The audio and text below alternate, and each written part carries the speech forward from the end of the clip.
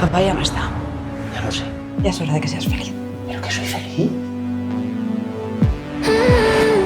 Perdona, ¿te importa que me siente? Es que he pedido 2 hamburguesas y había quedado a cenar y me he quedado tirada. ¿Te importa pagármelas tú?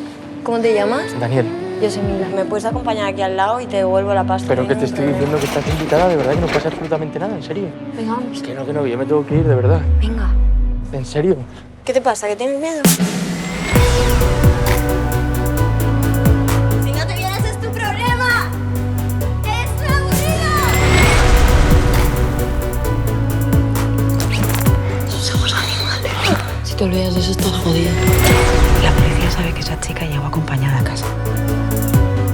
Pero no saben si la persona se fue antes o después de las muertes.